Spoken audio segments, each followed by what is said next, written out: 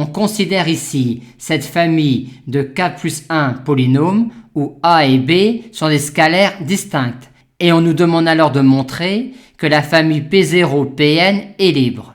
Pour cela, on démarre classiquement et visualisons un peu les polynômes dont on parle. Et quelle idée peut-on avoir pour montrer que cette famille de polynômes-là est libre?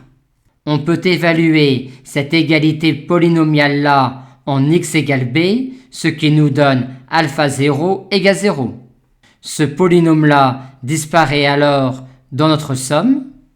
Dans les polynômes qui restent, on peut mettre x moins b en facteur, simplifier ensuite la relation par x moins b, et une fois effectué cela, évaluer la nouvelle identité polynomiale en x égale b, ce qui nous permettra d'obtenir alpha 1 égale 0, et ainsi de suite.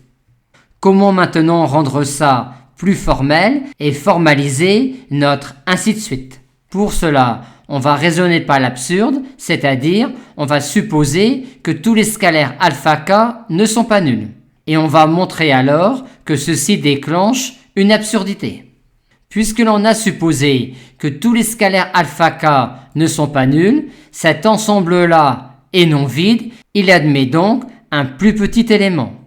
En d'autres termes, alpha r est le premier coefficient non nul dans la suite alpha 0, alpha 1, alpha n. Aussi, cette égalité polynomiale-là s'écrit alors ainsi.